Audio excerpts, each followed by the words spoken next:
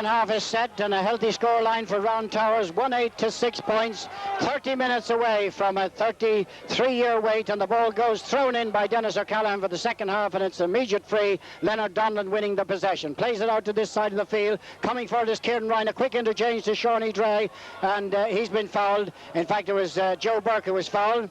Joe, number 12 there, who received that clash in the first half, and great opportunity now for Shane Daly. Well, the milkman has delivered so far, and now he's ready to take another pot at goal, and this looks very well within his compass as Shane Daly comes out now. He's already got a goal and 4 points of Towers, 1-8 total, and a vital score here now to start off the second half. Shane Daly with the kick. A lot of noise in the background. It's dropped short this time, and it's held in there by Kevin Cooney, and he plays it out here now to Jason O'Keefe, who brings away Johnstown Bridge. He's been tackled in there by Leonard Donlan. He's still going. He plays it into midfield, and now picking up the possession right down here in front of us with a long relieving clearance is Dermot Doran, and Ken Dixon gets the possession, but Kieran Ryan comes away with the ball, but the referee deems illegally, and now it's a free in to Johnstown Bridge and an opportunity for Declan Kerrigan to take the free in. So Shane Daly, his only blemish so far this afternoon was to miss that first score, and now an opportunity for Declan Kerrigan to narrow the gap.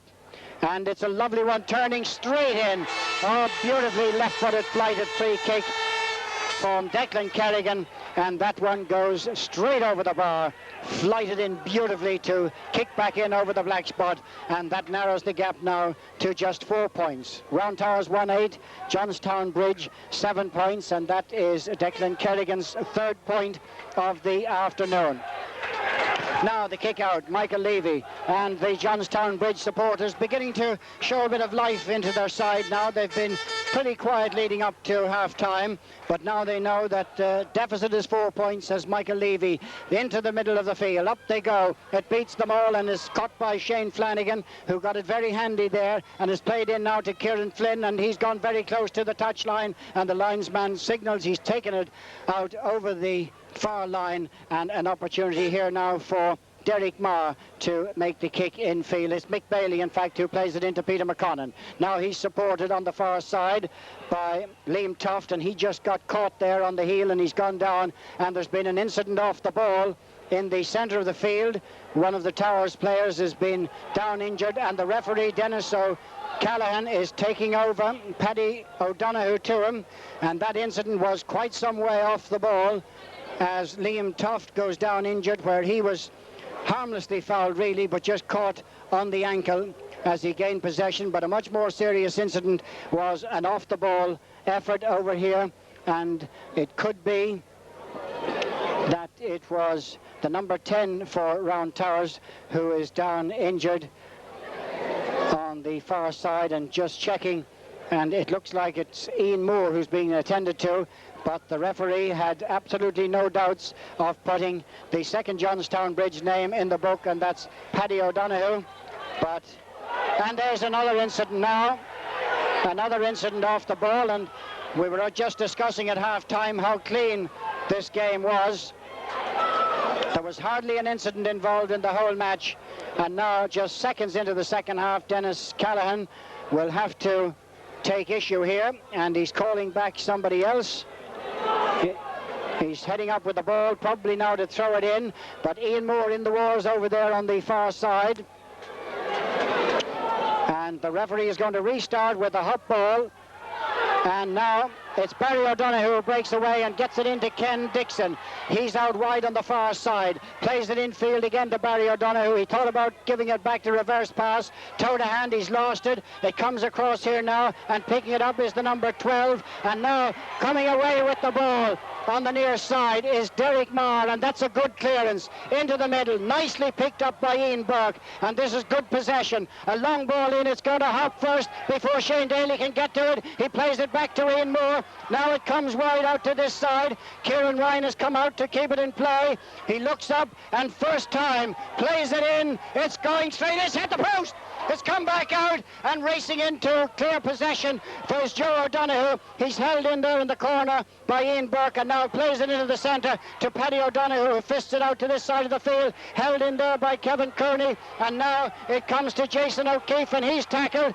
A good hard tackle comes in from Derek Marr. It's good and legal, and now right in front of us towards the touchline, getting a free, and it's really come to life there now, as Derek O'Brien was fouled, but his free kick has gone straight out over the touchline here in front of us. So it's all very hectic. Certainly the first half was nip and tuck, good clean football, but it has hardened up considerably here in the second half, with the exchanges now getting that bit tougher. So Towers then with the line ball down here in front of us to take it will be Derek Marr, and Derek down this side to Joe Burke. Joe keeps it in play but loses possession, and Paddy O'Donoghue picks it up and quickly sends it here to Jason O'Keefe. Jason O'Keefe has been taken on and challenged, but now he loses possession and it goes into the corner. Barry Donoghue is trying to get it up. It's flicked away from him by Derek Marr. Ken Dixon tries to keep it in play. Derek Marr nudges him from behind, and it's a free kick to Johnstown Bridge in a very bad area, but Tony Kerrigan with his left foot will no doubt be able to float this one in. So Declan Kerrigan, I should say. Tony Kerrigan was going to go right up on the far side to attack for it, but Ian Moore has pulled him right back to this side. So now it's Declan Kerrigan with his left foot. Suits him well, and he floats it in nicely. It's gone in towards the end, unable to keep it in play. Right over there on the far side was Kieran Flynn, and it's gone wide, and it'll be a kick out to Round Towers. So plenty of good action here in the second half. We've just had the point from the free from Declan Kerrigan, but certainly got a bit tougher in the second half. A few good exchanges, and a couple of them unfortunately off the ball, but hopefully now football will take over at this stage, and the Johnstown Bridge really beginning to rev up their team here now and ask them for an effort to close this gap.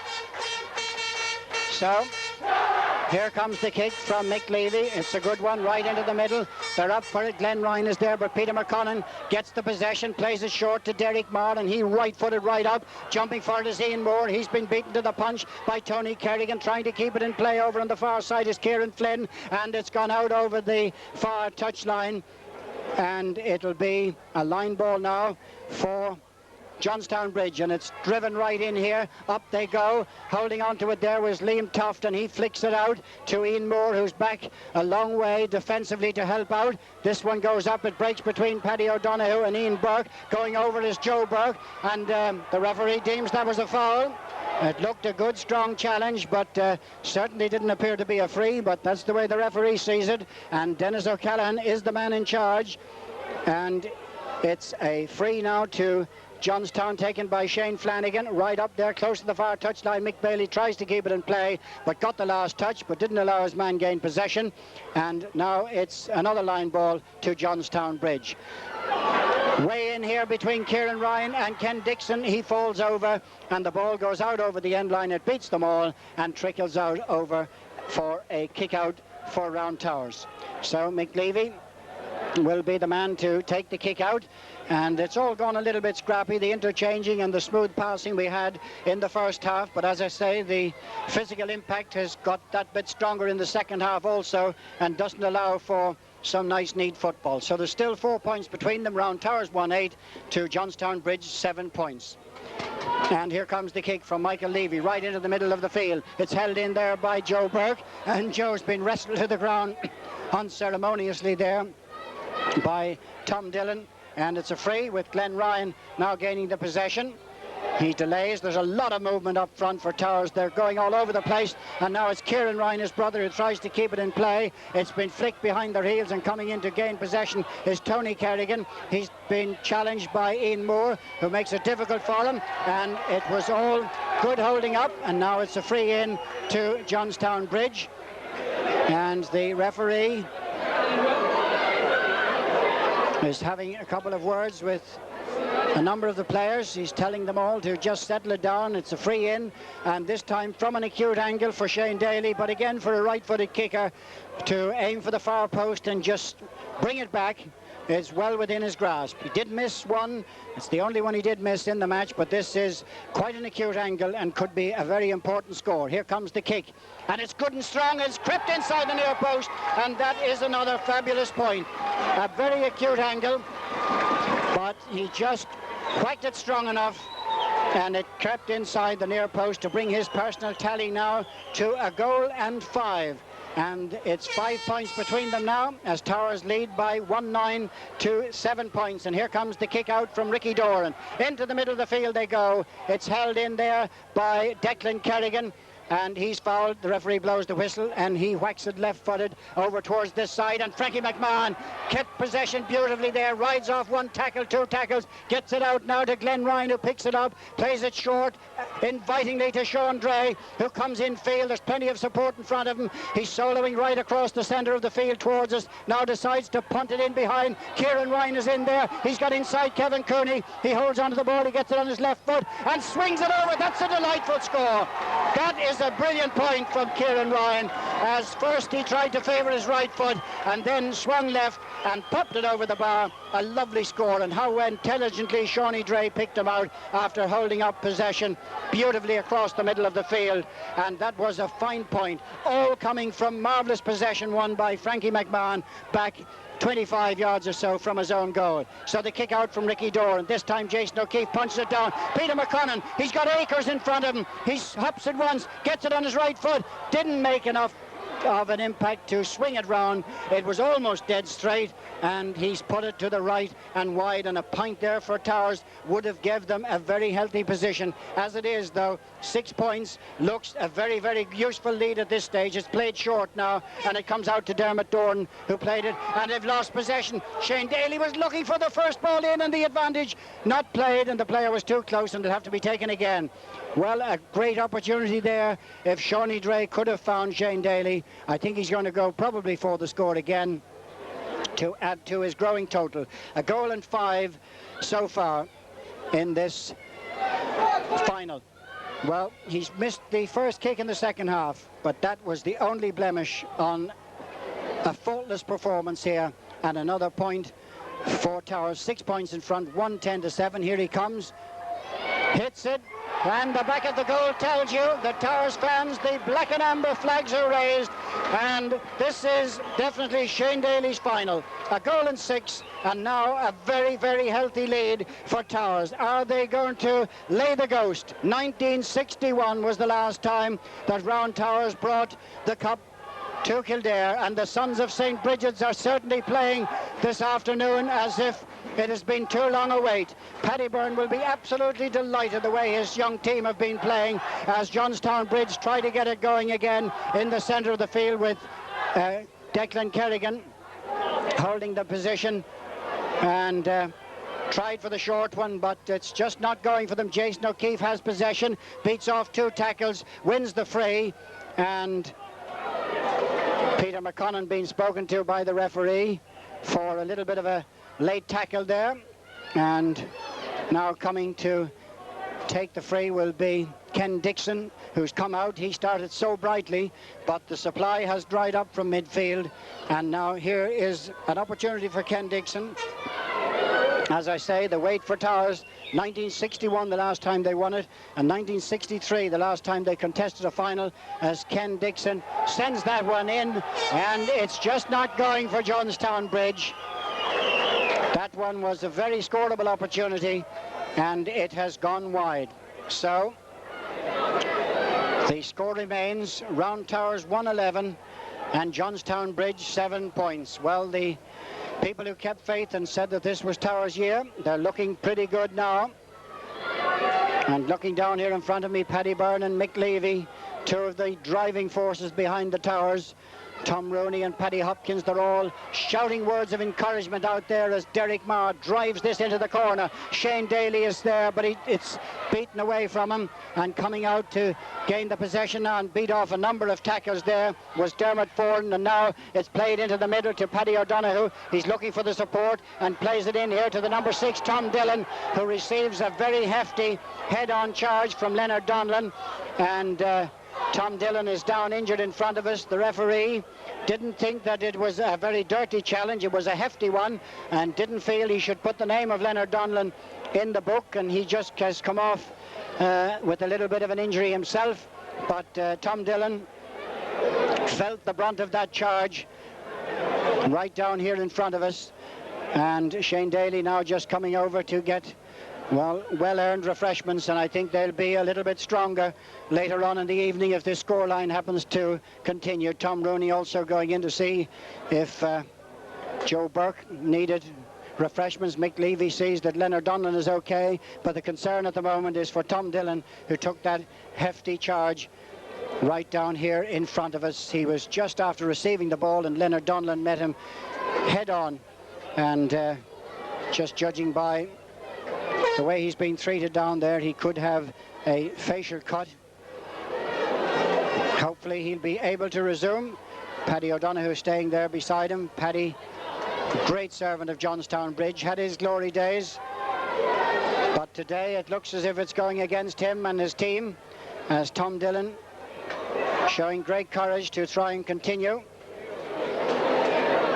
The referee just checks, Dennis O'Callaghan, and the medical officer just comes away, and now to take it will be Dermot Foran to restart the game as we head into just about 16 minutes or so gone, and Glenn Ryan climbs majestically there to win the possession and gain the free. So a free to Towers at this stage in the game. Kieran Ryan leaves it. Michael Levy will come out now to take the kick. Some 30-35 metres out, and this no doubt will be a long one, and it goes down towards Leonard Donlan, but that's a superb catch by Joe O'Donoghue to Tony Kerrigan in the centre. Now Jason O'Keefe comes forward to meet it. Kieran Ryan is out after him. Jason O'Keefe now comes to Leonard Donlan, charges with the ball, allows the play to go on. It breaks loose. They're working hard to try and gain possession, and Ken Dixon is the man who's got it up in his hand. He solos once, goes inside. Now Joe Burke tries to take him on. He sells a nice dummy, and now a very good kick. It could be dropping a bit short, right in front of the goal, and there to pick it up was in fact Glenn Ryan, and it is a free out with Michael Levy now placing the ball for this free. Well, Johnstown Bridge have failed to get the play going in the second half. Just the 1 point very early. It was in fact the first point of the second half after Shane Daly had missed one. It looked as if Johnstown Bridge were going to creep into contention, but since that Towers have consolidated their position, and now Glenn Ryan on a charge with Paddy O'Rourke. Glenn Ryan gets there first. Oh, and that's a very strong challenge that goes in on PJ Doran, and the referee is going to take Glenn Ryan away, and most likely relent to the roars of off from the Johnstown Bridge supporters. I don't think it'll be that serious. It will be just a booking, and probably the third in the game, the first Towers player to go in, joining Kevin Cooney and Paddy Donoghue. But that was Glenn Ryan in full flight just as Peter Doran went down to pick up the ball, and Glenn Ryan goes into Dennis Callaghan's book. And it's time now for common sense to prevail at this stage. We've gone 3/4 of the way through the game, and the score is still Round Towers 111 to Johnstown Bridge 7 points. And we've had a lot of stoppages in this second half due to injuries. The pattern of play hasn't been flowing with any great urgency whatsoever. It's been stop-start really in the second half, but the scoreboard a healthy one from a Round Towers point of view. PJ Doran now being helped up, feeling his shoulder very gingerly at this point. And it could be a possibility that he will not be able to continue. Paddy Donoghue is waving to the substitutes that he will not be able to continue. And he's been taken out of the game, Peter Doran, and gets a good round of applause. Peter Doran is the first to leave the field as Johnstown Bridge send on their first substitution. The first substitution, in fact, of the game is Johnstown Bridge. And we'll just check to see who that is at the moment, and he's gone straight into the action to meet Joe Burke, and it is number 16, Dermot Holton. Dermot Holton is the sub, and he's gone very busy playing ducks and drakes here with Joe Burke down here in front of us, but play goes on. Glenn Ryan is the man in possession. He plays it short to Mick Bailey. Mick Bailey back to Glenn Ryan. Now, bad place to lose possession as he's taken on by Tony Kerry, helped out by his brother Kieran Ryan, and that's a mighty clearance up the field and right in under Ian Burke. Lovely exchange to Peter McConnon. Toe to hand once, twice, looks up. His kick was partially blocked down, and that'll be held in there by Ricky Doran. He solos, and now kicks it right into the middle of the field again. Up they go. It's well boxed down. Comes up to Ian Burke. Again, Peter McConnon just loses possession. Ian Burke in again. Comes to Shane Daly, and he's swung to the ground, and that's giving him every opportunity to add to his tally of 1 goal and 6 points. And the referee is taking over. Dermot Doran now, and is he going to join? It was a high-handed tackle. He wrestled Shane Daly to the ground, and now he becomes the third Johnstown Bridge member to go in the referee's book, Dermot Doran. So the referee having a busy second half, but keeping things well under control, really, Dennis Callaghan. And now the kick from Shane Daly. Here it comes. It's very low. It hops dangerously, and now it's being cleared, and it comes out here to this side of the field where Leonard Donlan gets it on his right foot. It's blocked down by Ken Dixon, who's way back covering. It's gone in on the ground, and going down to pick it up is Tom Dillon. Tom Dillon evades one tackle and comes away and fists it out here now to midfield to Joe O'Donoghue, who's been supported there by Tony Kerrigan. Goes across to the far side of the field where Kieran Flynn takes it up. He's been harassed by Mick Bailey. They've gone very close to the touchline, and the linesman signals it has gone out, but in favour of who? He's going to give it a throw in, I think, by the way the flag is held upright, and that's exactly what it is. Kieran Flynn on the run, Mick Bailey sticking to him tenaciously, and in comes the throw. And it's been picked up there in the middle. Johnstown Bridge have possession. Kieran Flynn again, he flicks it up, but now it goes out over the far touchline, and Johnstown Bridge just can't seem to get a telling attack going. So a kick on the far side. Mick Bailey just pops it back to Liam Tuft, and he'll drive it a long ball right up towards the halfway line. A beautiful catch by Paddy O'Donoghue. Wins it well now. He's moved into the centre to support. Ken Dixon has it. He's been brought to the ground by his opposite 14, Shane Daly. And now Ken Dixon plays it short over on the far side to the midfielder Joe O'Donoghue, and he's been challenged by Peter McConnon, makes him turn and go back. Now, and it blocks it down, and it's been well picked up in support there by Tony Kerrigan. He plays it inside. It's a good ball to Kieran Flynn. He's over on the far side, gets it on his right foot, and from a very close-in angle, pops it over the bar for a point for Johnstown Bridge. So Kieran Flynn getting on the score sheet, but is it too little too late in this game now? Kieran Flynn, point for Johnstown Bridge, and the score is now 111 to 8 points. Still 6 points between the teams, and judging by the pattern of play, it's hard to see how Johnstown Bridge can pull back this 6-point deficit. Well, plenty of noise in the background with the cheers for Towers, and the Towers fans certainly the noisiest now at the moment. Ken Dixon working hard in the middle of the field. The referee will probably hop this one. It was very messy. It was won by Peter McConnon, but the throw-in is the obvious choice now for the referee. Up it goes, and it's been won here in the middle by Ian Moore, working tigerishly now to try and release Shawnee Dre, who's come out to support, turns onto his right. It's well within his range. It's high. It's dropping right in. The goalkeeper looks up, and he's disappointed with what he sees, because it's Shawnee Dre's third point of the match, and that is a great point from over there. Got plenty of height on it, but I knew the way that goalkeeper Ricky Doran was locking up. He was disconsolate, and over the bar it goes. 1 goal and 12 points to 8 points as Ricky Doran takes the kick, and he slices it out here. Joe Burke will try and keep it in play, but will prefer to let it go out for the line ball, for which Shane Daly will come out.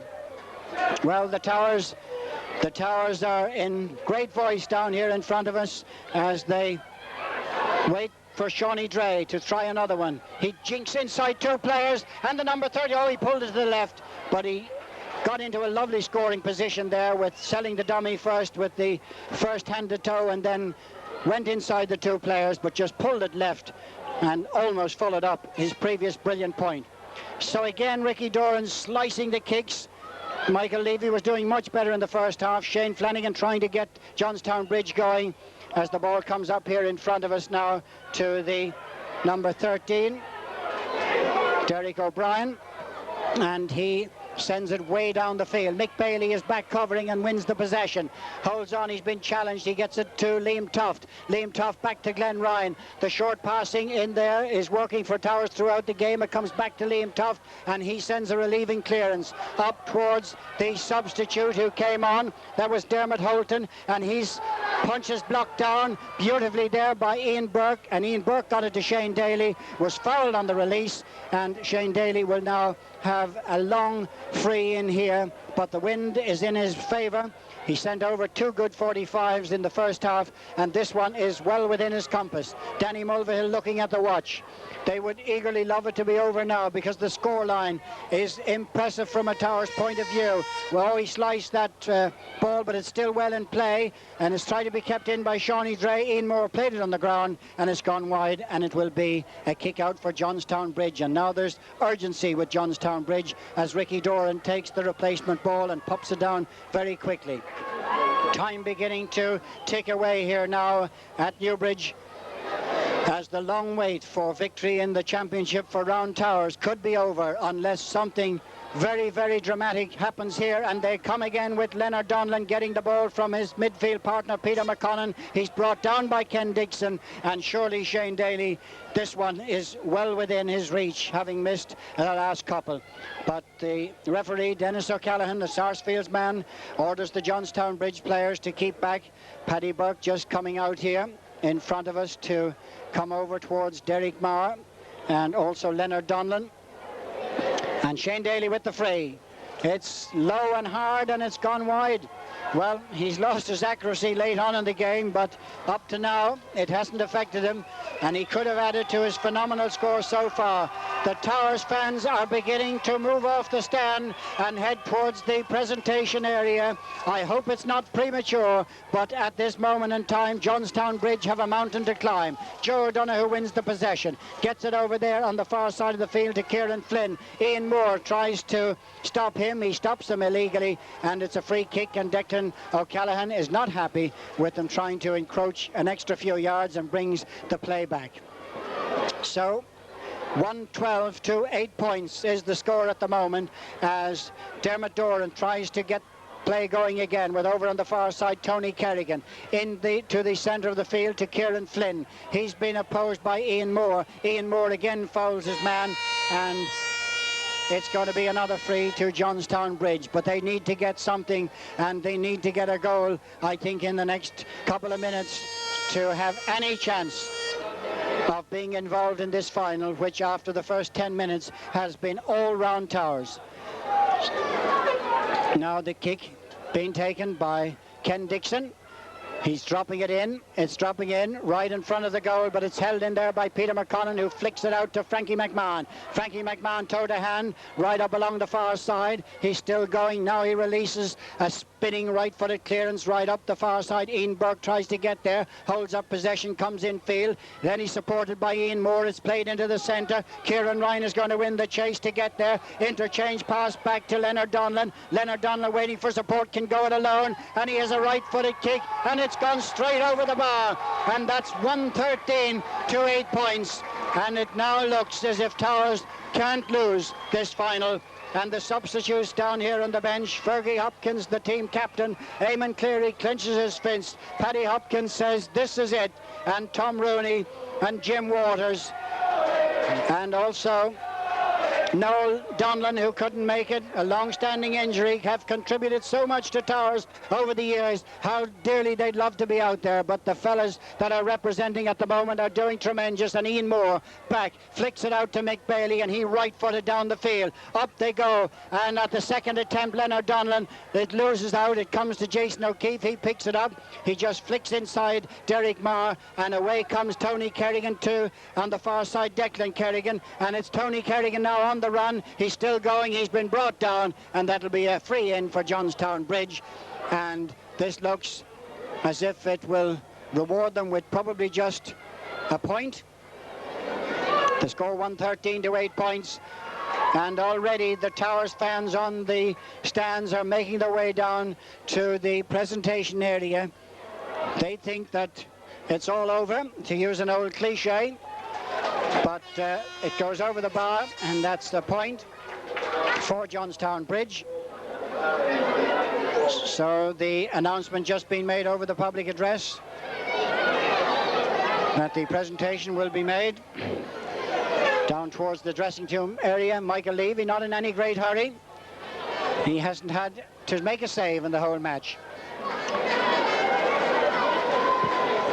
So now, here comes the kick. Michael Levy into the middle of the park. Up they go for it, and it's well held by Paddy O'Donoghue, who's tried hard to lift his side. He solos once, twice. After him is Ian Moore, or Ian Burke, and he gets it infield. Just picking up the possession for them is Derek O'Brien, and it's gone right across the face of the goal, but it has gone over. It was turning rapidly left, but it has gone over the bar, and that's a point for Derek O'Brien, his second of the match.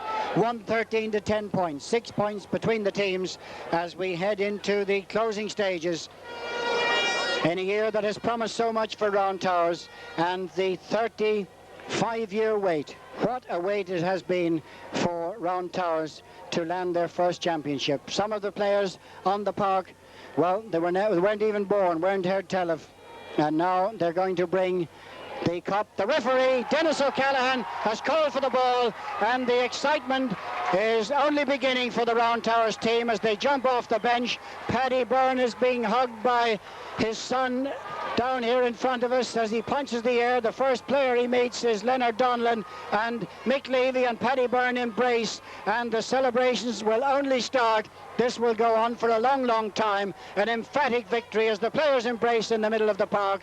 Well, the hard work and the weeks of hard training have come to fruition in what has been, well, a pretty one-sided final. Johnstown Bridge, I expected much more from them, but in the end, Towers have run out very, very convincing winners as they huddle in the middle of the ground, and the supporters and relatives and friends who've supported Towers over the years up the length and breadth of the county, and also great Lily White supporters in Kildare town, are now assembling in the middle of the field and eagerly await the presentation. And well, there'll be some Julian in Kildare tonight, of that there's no doubt. So well done to Paddy Byrne and his Round Towers team for a most emphatic victory, for which Shane Daly, the scorer of no less than a goal and 6 points, would have to be deemed man of the match if there had to be a man of the match. But there were a great team out there for Round Towers this afternoon to break the deadlock, and the long wait of 35 years is over. Towers are the county champions.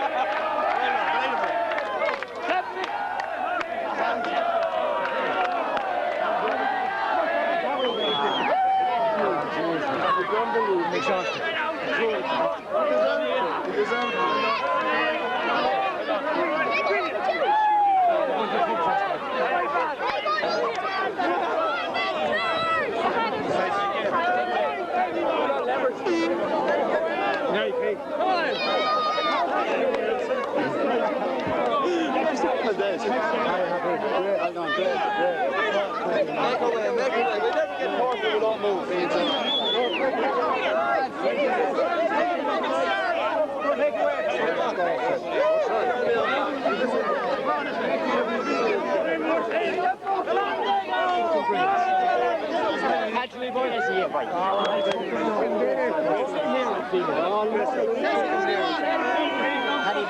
Paddy Bourne.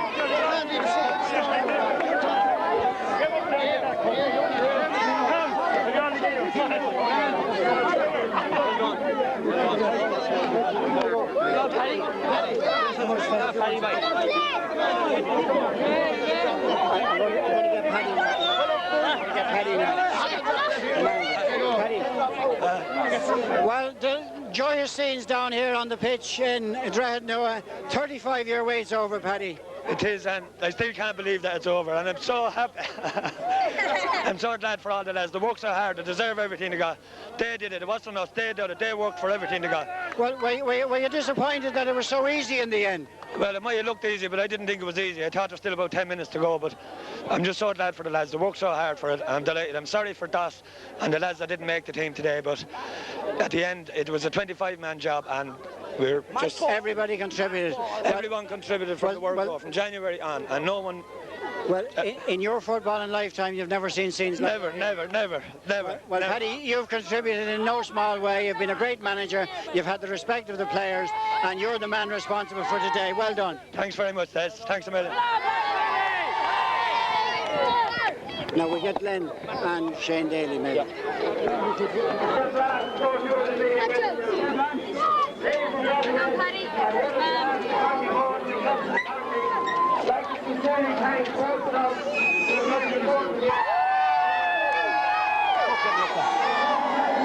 Well done. Very tough.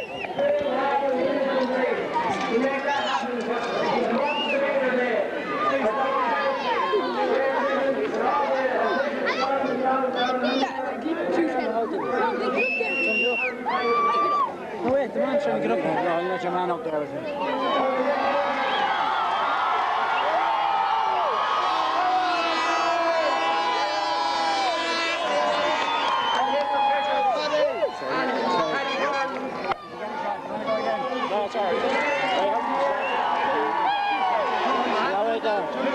Take back the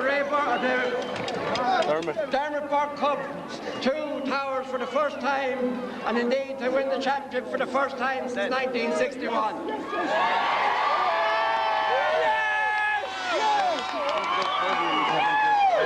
Unfortunately, Fergie Hopkins wasn't able to play today due to injury. He was the captain of the side up to now. And now it gives me great pleasure to present the Dermot Park Cup to Fergie Hopkins and to Glenn Ryan.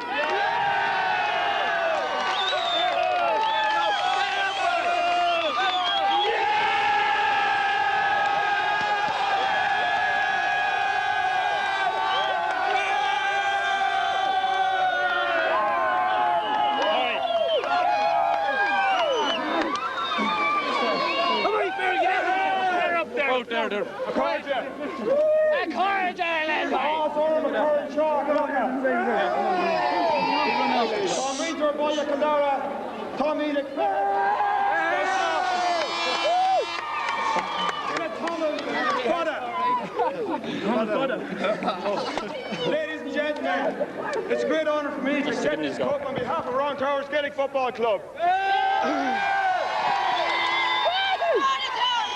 The people of Kildare town have waited 35 years for this moment. We've had a lot of success this year, but except for an intermediate title a few years ago, there's been many lean years for the Round Towers senior football team. And I sincerely feel that I am accepting this cup today on behalf of everyone who's put their heart and soul into the black and amber jersey since 1961. Thank you. Follow that, Ryan. Sing a song. Set it all. Chris Kevin Barry. It's an unbelievable honour for me to be up here today speaking to, I think, the whole of Kildare town. I have to thank everybody in Kildare because the support that we're after getting over the last year and especially over the last 2 weeks has been unbelievable. And on behalf of all the team, we'd like to thank all that are here and let everybody know that they didn't get the chance to come today, that we're home about 9 o'clock or 9:30, and we'll see you all there.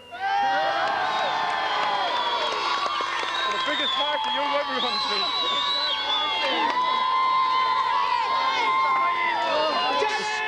It's times like this.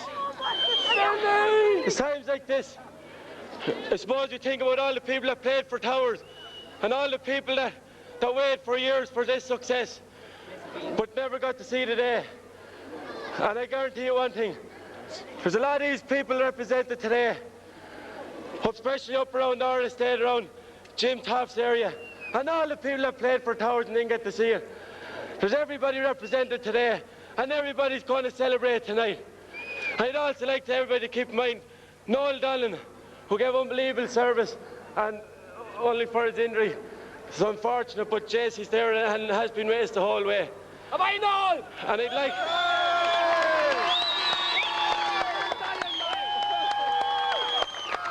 I'd like to thank everybody that sponsored us. It's been very easy to get sponsorship, people coming up to us and asking us, could they sponsor us? And fair play to everybody.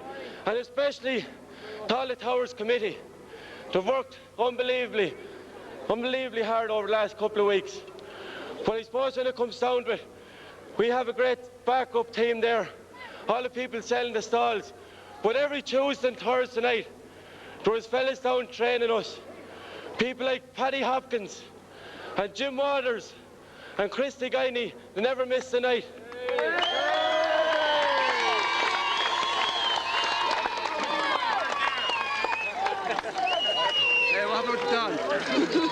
And for Mick Levy, who has, I think, mitered everybody in Kildare town for the last 35 years. At least now you won't have to listen to him anymore. And it's only what Mick Levy deserves, only for him. We wouldn't have the dress rooms that we have down there now. And we wouldn't have the Round Towers Club the way it is today. And thanks very much, Mick Levy.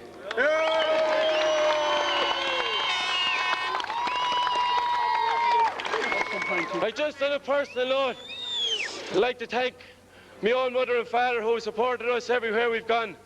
And I think every relation involved in the team, they've all given 100% behind us. People like Val Brennan.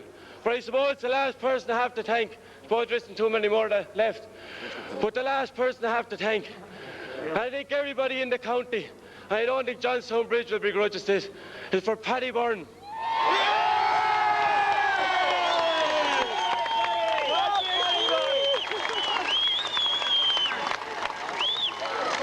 We all know what Paddy has done for Round Towers and what he's done for everything in Kildare town. He supported every organisation and he's given unbelievable support to this team, and it's only for Paddy Byrne, and there's no way would we be standing up here today. So Paddy Byrne, thanks very much, Paddy. You want to round off with Johnstown, yeah? You're running off with Johnstown. Go on. Back to the captain. Finally, a few words for a gallant Johnstown Bridge team. Lads, you came back before, you'll be back again. 3 cheers for Johnstown Bridge. Hip hip! Hooray! Hip hip! Hooray! Hip hip! Hooray! Go all good. Ladies and gentlemen, the final part of the ceremony is the presentation of the Man of the Match Award, which has been kindly donated by the Kildare Hotel.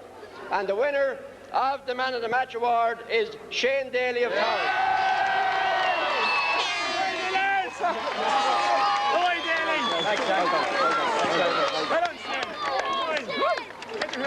You can't think out there.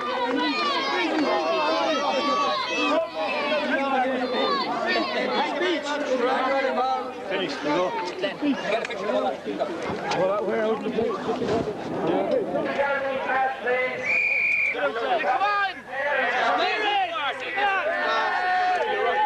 coming that way. You should up.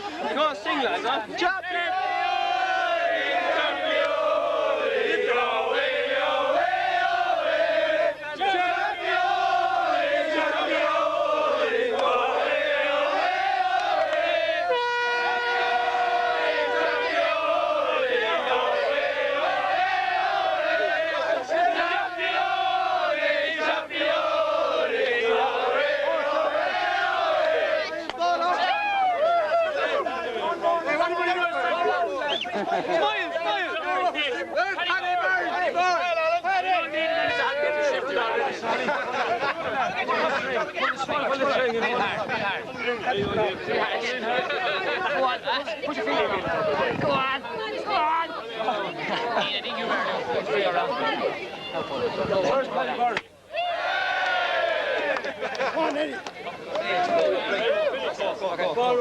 It's a long, long wait, but it's all over. A magic day for Towers. A magnificent day for the club, a magnificent year for the club, and this team set out 3 years ago, and over the last 3 years they've built and built, and last year we were unfortunate. This year Paddy Byrne made sure that definitely there'd be no way that we were going to lose out this year, and the lads battled. Even when they looked beaten, they came back. It was only just a challenge for them, and they enjoyed the challenge.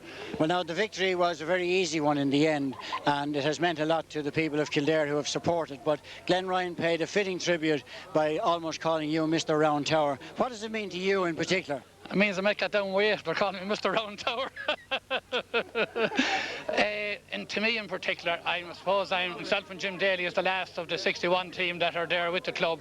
And now, when I look in the mirror and see the grey hairs and see that we're back champions again, it gives us a chance to be able to hand over the reins to a younger generation coming through. And I think that the club was never in a healthier position than it is at the moment, and this is going to do wonders for them. Well, it has taken a long time to reach fruition, but you must say that your contribution over the years has contributed immensely. So you must feel a tremendous sense of pride in what has been achieved today. Yeah, well, like I met lads that played with me there, and they were just as proud that the Towers had won today. And I think that when it's down to any one man in particular, it has to go to Paddy Byrne. Paddy Byrne, when he was sick 2 years ago, Paddy came out of hospital in the evenings and was told to go to bed, and he went down to the park.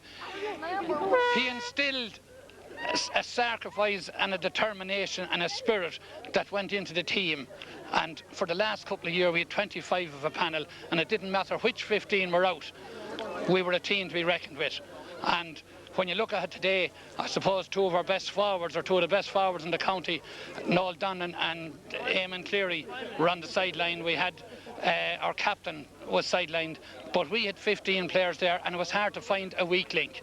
So Towers in a healthy position to defend the championship for a few years to come? Well, at the moment they're in a healthy position to go on and represent the county at Leinster club level, and we can guarantee the supporters of Kildare that it won't be for the want of effort that the Towers won't make a wholehearted effort to bring home the Leinster Championship to Kildare. Well, thanks to Mick Levy and men like him, they're champions at the moment. Now I'll move to a man you mentioned there, a Wexford man. You had a great day earlier on this year at Croke Park. Oh, that's right. But today is a very big one as well, Eamon. A very big one for the whole town of Kildare. It's absolutely brilliant, the effort that some people put in there. I'm only in the club for 2 years, and I've never seen anything like the effort for some people to put in. A small few people, but they put in a great effort, and it's great to be part of it. Well, you, like myself, have been adopted in Kildare, and although I don't claim to be a great GAA man, I couldn't but help being wrapped up in the fever that has captured the town in the last few weeks. It must be tremendous for the people, the backroom people, who don't often gain the glory. Oh, it is, because the Round Towers team has always been said that all you have to do is hit them up, meet them up, and they're dead. We showed for the last couple of years, especially last year, that we weren't going to lie down anymore. You can hit us all we want, and we have lads to hit back now at the moment, and we're doing that, and that's why we're winning. Well, Eamon, you gave valuable assistance there around the field, supporting the lads and everything. I'm sure you're very disappointed you just couldn't get out there, but just as pleased they won nevertheless. Oh yeah, I would have given my left arm to be out there. I did everything during the last few weeks to try and to make sure I'd be playing, but I wasn't able to make it. But that's full credit to the lads. They're a brilliant bunch of lads. They played brilliant, they adapted themselves well, and they just showed everyone everyone in Kildare can be proud of them. They're a real great bunch of lads. Your contribution as a Wexford man has been very well received, and who knows, Eamon, there may be another year. Oh, hopefully. Thank you. Well done, Eamon. OK, well, one of the greats of Kildare over the years, a man who has donned the lily white jersey and has travelled to America and Australia, but surely, Glenn Ryan, today is nearly your best day ever in Gaelic football. It's the best. It's unbelievable. It's the best day that I remember, you know, and hopefully it won't be the last. Well, of course, now from a family point of view, now you're two brothers out there. That must have been important to you as well. Yeah, it's great. It's great to have two lads around, you know, especially we all play the football, and the mother and father have always supported us in the football as well. And it's been a great family occasion all around, because we the cousin captain Sarsfields, and it's a great day for the grandfather Quinner Cash. He'll be up to 90 now tonight. Well, of course, the celebrations will go on long, but this is a relatively young enough team, and the movement on the pitch today suggested that they were immensely fit. Yeah. Were you surprised at how easy the victory came in the match? Well, I suppose when you're in the heart of it, like, you don't realise, I suppose, that it was as easy maybe as what it looked, but we decided that from the word go that we weren't going to let up, whether we were 10 points ahead or a point ahead, and we were going to keep on battling, and we did it. And I suppose if you were to let up, Johnstown or the Bridge or the team that would exploit that, so we knew that we had to keep going for the full hour. Well, you've gained a championship medal now, and who knows, maybe for the county something might be good round the corner as well. Hopefully, the last time Towers won the championship, Kildare were riding high as well, so hopefully that's a good omen, and hopefully dealers. Hopefully there'll be a few more. I think that the way the lads play today, there's plenty of Towers lads that will be able to represent Kildare, and I think Kildare are good enough, and if we can get the same sort of spirit which Towers displayed over the whole year, I think the honours won't be far away for Kildare. Well, congratulations, Glenn. Many men have contributed, and none more so than yourself. Well done. Thanks very much, Des. Thank you. Man of the match. Goal, and what was it, 6 points? I'm not too sure. Well, don't count. The goal was a clincher. Tell us just what you recall of the goal. Well, I was out in the right wing as we were playing in, and Derek Marr got the ball, and I was telling him to kick it in, but he wouldn't give it in, so he took a few solo steps, and then he kicked it in, and it was perfect, inch perfect, straight into the hands, and all I had to do was go around the keeper then, and just I had an open net, couldn't miss. Well, you had an amazing tally of a goal and 6, and deservedly got man of the match. I just said to Glenn there, I thought that the opposition might have been a bit stronger, but you won very convincingly in the end. Well, I think once we got ahead of them, there was no way back for them, because we're a strong team. Once we get ahead and start putting the scores over when we can, we're very hard to catch. Well, of course, unlike in the semi-final when you started so slowly, you were a goal and 4 points down to no score. I thought the pattern was going to be a bit the same when Johnstown Bridge started brightly, but you were bent on keeping in touch very early. Yeah, well, we knew that we couldn't give them a lead, because in a senior final it's very hard to peg it down, because a team's going to be playing above their normal, and so we had to dig deep really when we were 2 points down, and we did. We put them over when it counted. I think it was 4 points to do when we got the goal, and that's when we dug deep, and we started putting them over then, and then we were a goal to 4 points, so I don't think they were going to come back. Well, a great goal and some marvellous place kicking. You don't remember your father being involved in 1961, but I'm sure he'll be very proud of your performance today. Yeah, I mean, it's great for him. I mean, all the lads have been waiting, and his teammates and people who are before him that are still alive, they've been waiting 35 years for a next Towers victory. I mean, it's a long time in the waiting, so I think deservedly so for the team as well. Well, the hard part now for the afternoon will be going back to Kildare, I'd say, will it? Well, I think that's the easy part. Hope. It could be tougher. Well, it probably will be tougher than we think, but it'll be enjoyed anyway, and I hope the town enjoys it just as much as we're going to. Well, they will. You had tremendous support, and I'm sure everybody will enjoy, and well done on man of the match. A goal and 6 points. Shane Daly, great performance and well done. Okay, thank you. Fair play, your crash.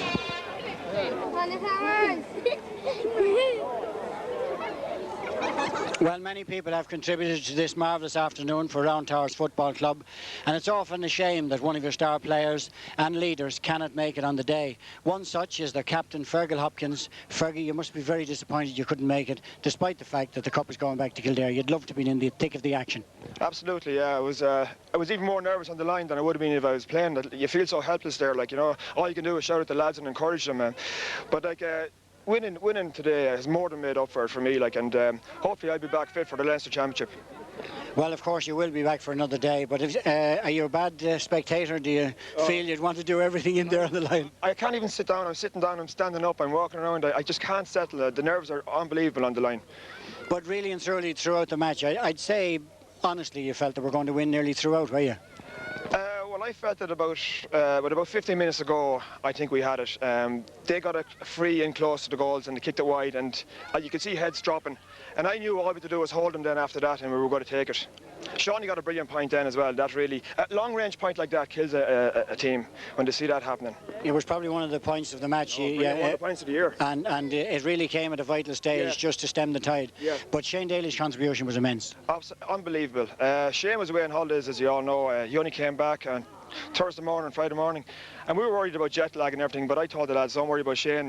He lives for these occasions. Well, it was a marvellous day, and yourself and Glenn Ryan accepted the cup, and that must have been a very proud moment for you. Absolutely, yeah. It's great to stand up there with Glenn, one of the best footballers in the country. It was unbelievable, you know. Well, we've spoken to a few people who have made enormous contributions. You're one such person, and hopefully that you'll be back maybe the next time to receive the cup on your own. Well done, Fergal. Thank you very much. So the Dermot Burke Cup goes back to Round Towers, Kildare, for the first time in 35 years. 1961 was the last time they've won. And Mick Levy and Paddy Byrne and the men associated, Glenn Ryan, Fergal Hopkins, man of the match Shane Daly. It was an afternoon to remember for the people of Kildare. And now it gives me great pleasure to present the Dermot Burke Cup to Fergie Hopkins and to Glenn Ryan.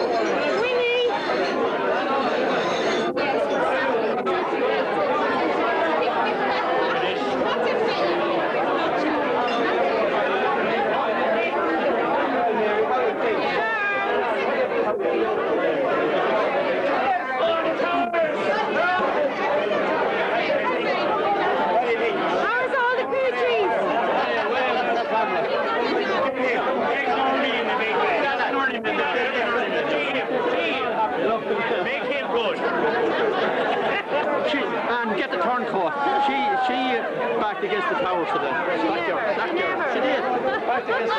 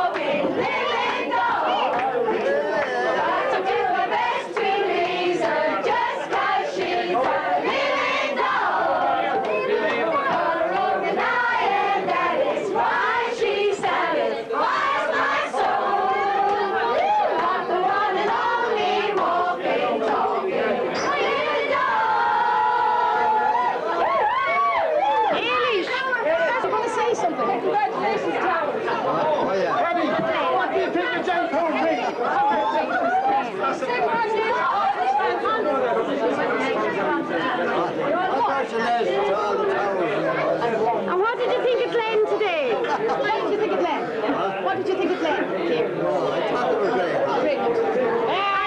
Are you very proud with such a family? Very good. Good man.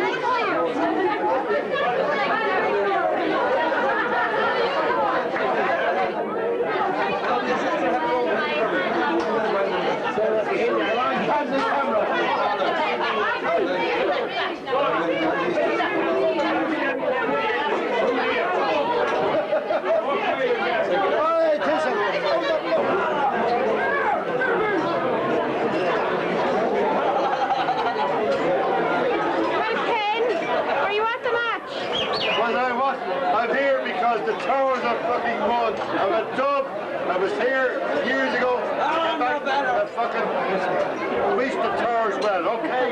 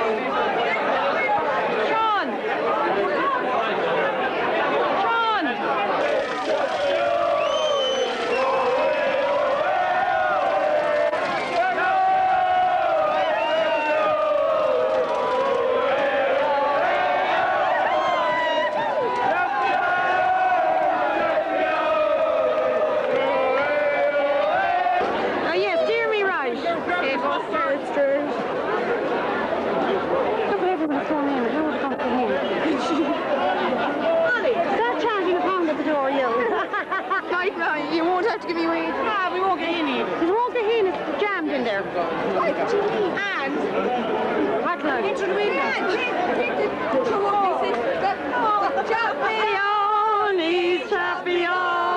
champions, champions.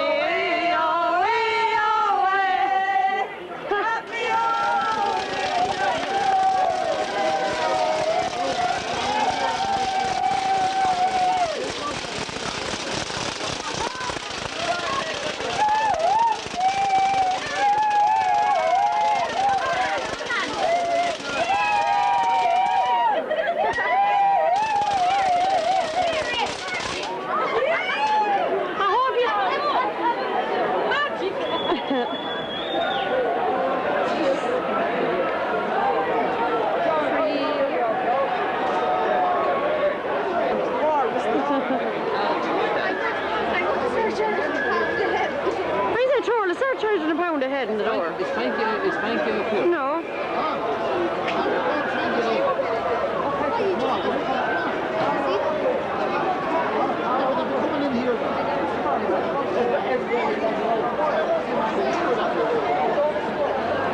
Well, Tommy, were you at the match today?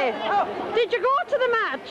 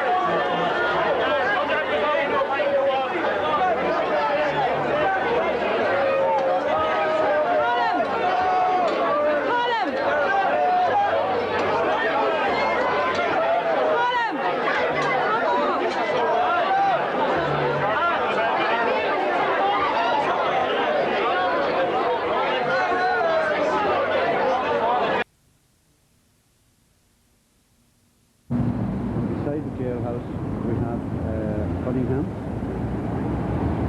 See that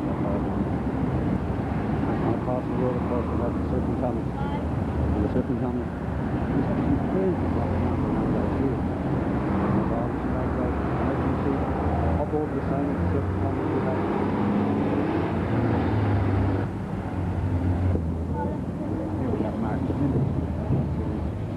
this is Martin's window display. As you can see, a lot of hard work and effort went into this, and it looks, I must say, it looks excellent. It was done by St. Joseph's Academy, and as you can see, the three names of the three lads who done it: Gavin Lodge, Damien Finn, Derek Furlong. There's you.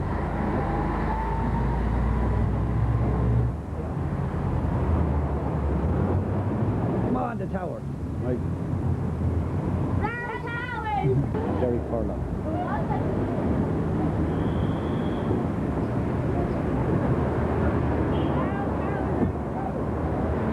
Martin staff, and this is all decked out. Dressed to perfection and all that of it. And they're actually holding an old photograph of the Round Tower dating back to the 1920s.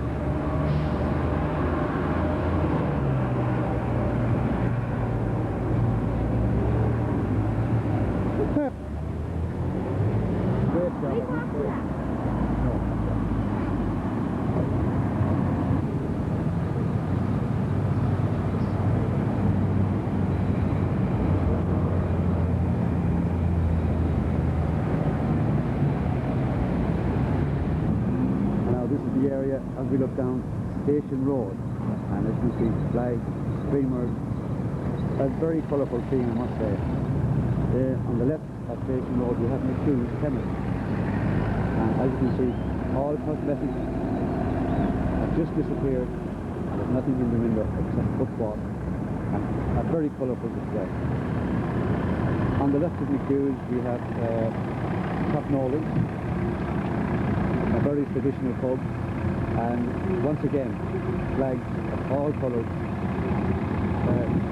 Nolan's was John Nolan, Northern Ireland, former member, former chairman of the Round Towers. And indeed, if he was alive, he had a very, very special day and a big occasion. And I must say, we all miss him very much. But boys go out to the field tomorrow, and what they do would be for the likes of John Nolan and for all that he done further on the towers during his term of office. The cameraman's car all decked out. Treasurer's car.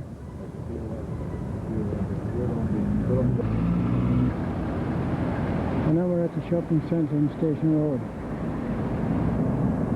Windows nicely done up.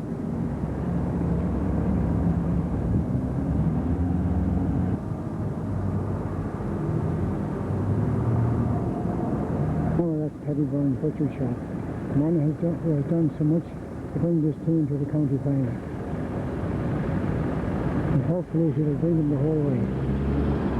And now we're at Paddy's shop. One of the great players, Mickey Daly, looking out. Barney, is it?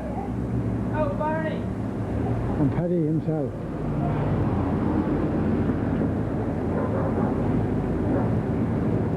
Now we go inside and have a word with Paddy. Inside in Paddy's shop, and it's beautifully decorated. Going into us, Mickey Daly himself. Paddy and I hope Paddy is happy tomorrow evening, then we'll all be happy.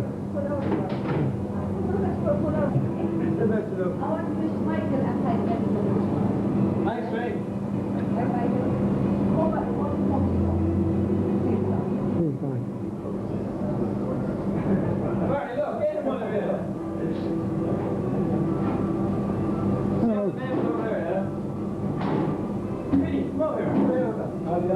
Vinny's there, look.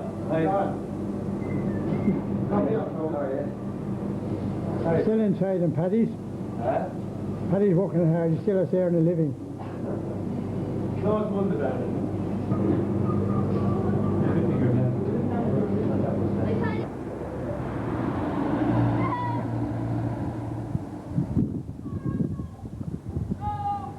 Once again, Paddy Byrne, the team trainer. manager has done a wonderful job.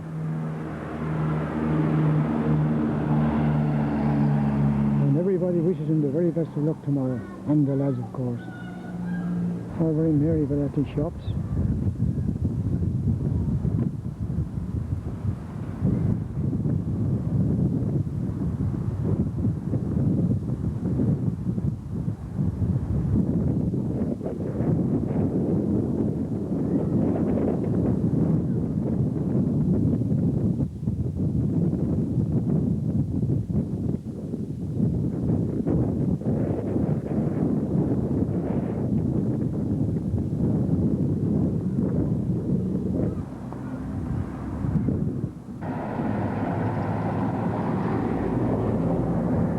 This is part of Maryville Estate.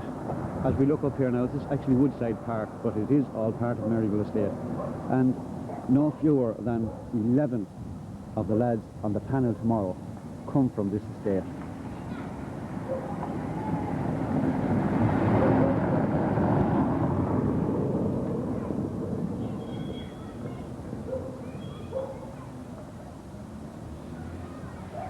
Go ahead. Woodside Park, you can see, well supported again. This is the house of Sean Barry. Has his windows, all decorated, has his teddy bear. Everybody in great form and looking forward to tomorrow.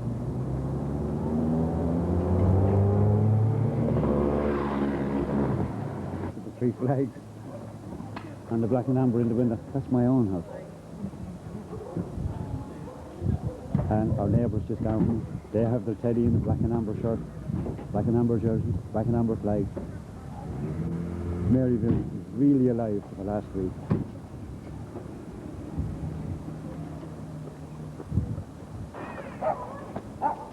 This is the back of the houses now, and as you can see, back and front, it doesn't make any difference. Everywhere that can be done and can be black and amber, it has been done. The teddy bear, as you can see in the window, that's the home of one of our players tomorrow, Frankie McMahon. I hope that's not Frankie.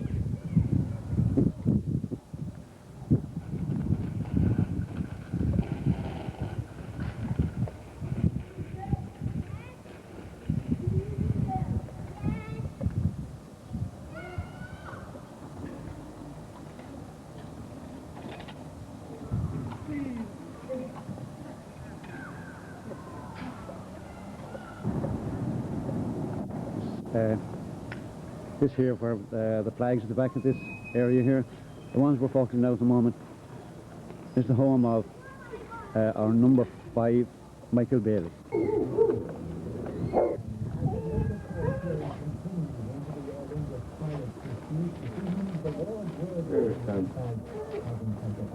Go ahead. Right, we have now arrived at the home of the Ryan family.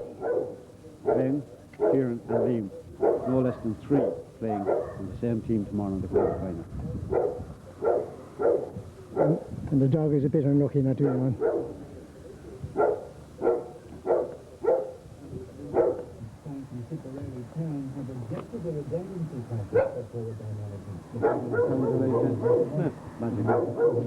Glen Ryan's teddy bear. And tomorrow. You got one of them? He's loads, he had loads, maybe.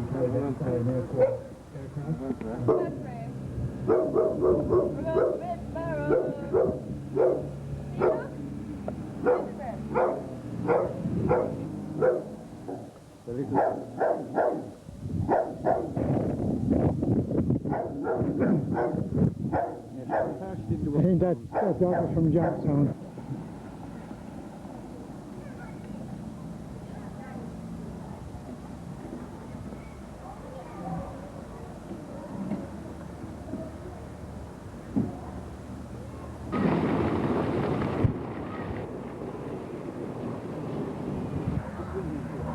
Still in Maryville.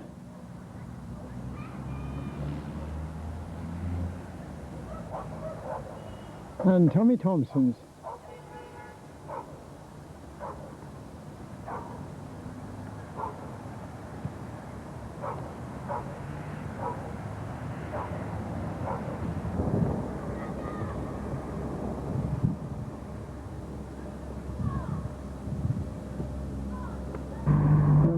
still in there.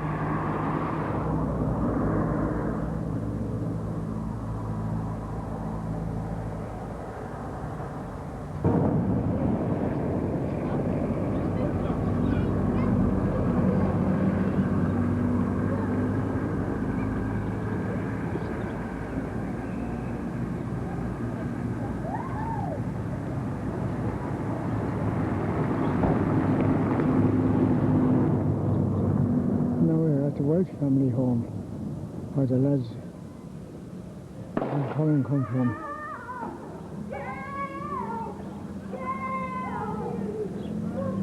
Now down at Townwood, where Ian was born. No, that's not Ian.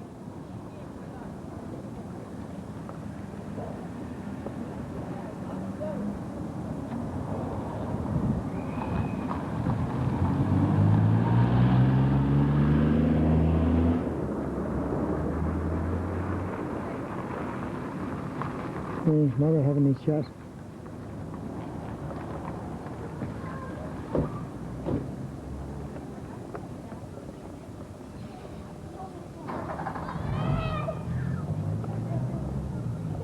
Now we're at Farnborough Grove with Tom Rooney and Tom Harrington live.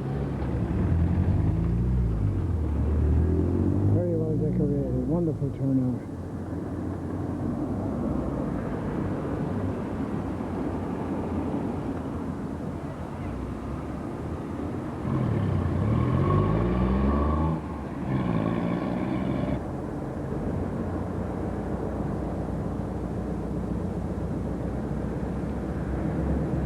Have you Hopkins flags? I wouldn't let run off in the head, next to the head camera. Down at Ellen Park, Mr. Nolan's. Our cousin home from America, supporting the towers. What did she say one time? A big fan out, Dick and the big... What? Having Kathleen? Win after that, December win. Really gas, isn't it? Well, I shall see you later. Any ringer? See you later. I'll see you later, John. Have to change. Huh? Down in Ellen Park, Mrs. Norton and Peggy, and the decorations.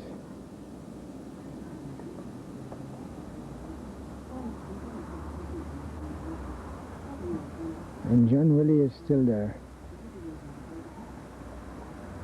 If we win, he'll be uptown. Up the Towers! Towers, wish you the best of luck tomorrow. Come on, the Towers!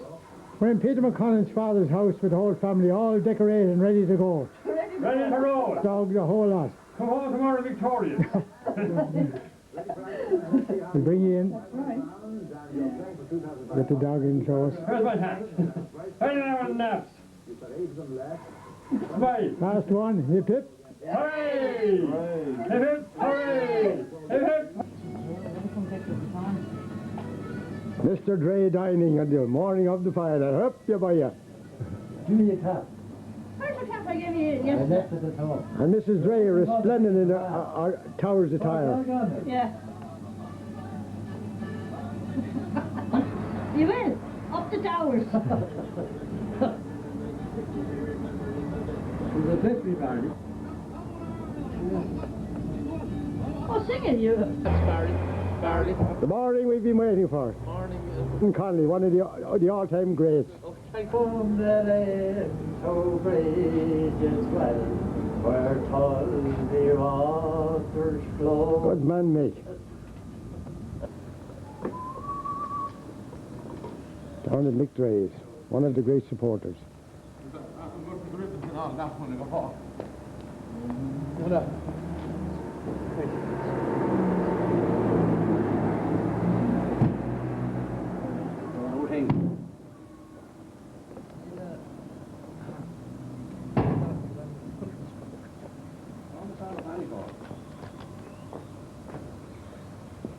So you have to take my own picture now, you see. Up for the match on the old road.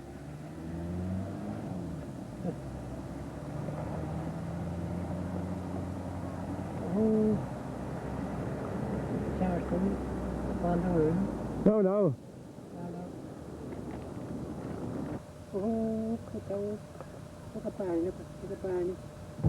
No misgivings.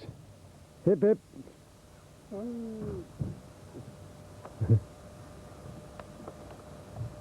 Here's dealers. One of the stallers. 2 more set tower supporters ready for the big day.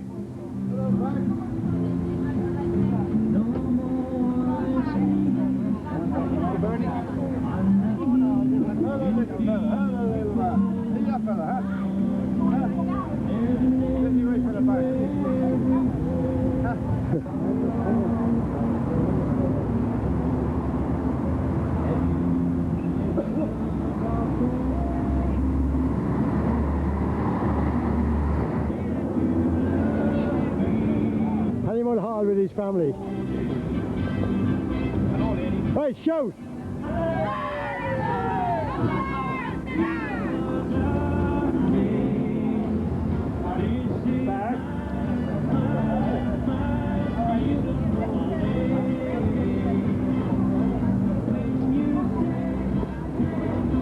Barry and Jim Day discussing tactics.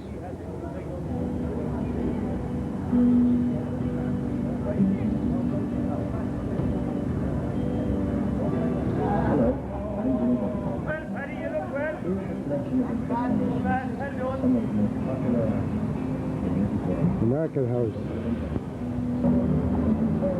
More spectators arriving. The towers!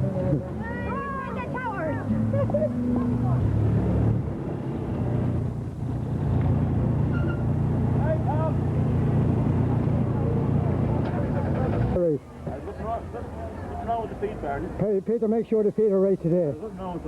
Go straight up. John Breen, one of the all-time greats.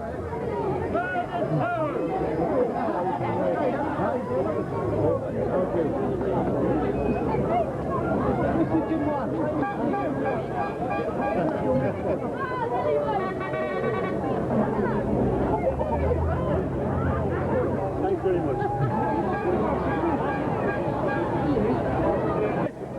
Right.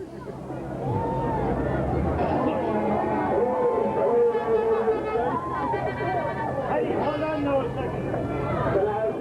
Can I have everyone station for 2 minutes, please? Okay. We'll be standing for the light.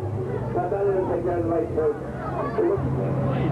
If all the 2 players will stay in the path, we'll go on the bike and then carry the others in there. We're all together, and winning is our aim. So cheer us all through the wind and rain. The towers, the towers.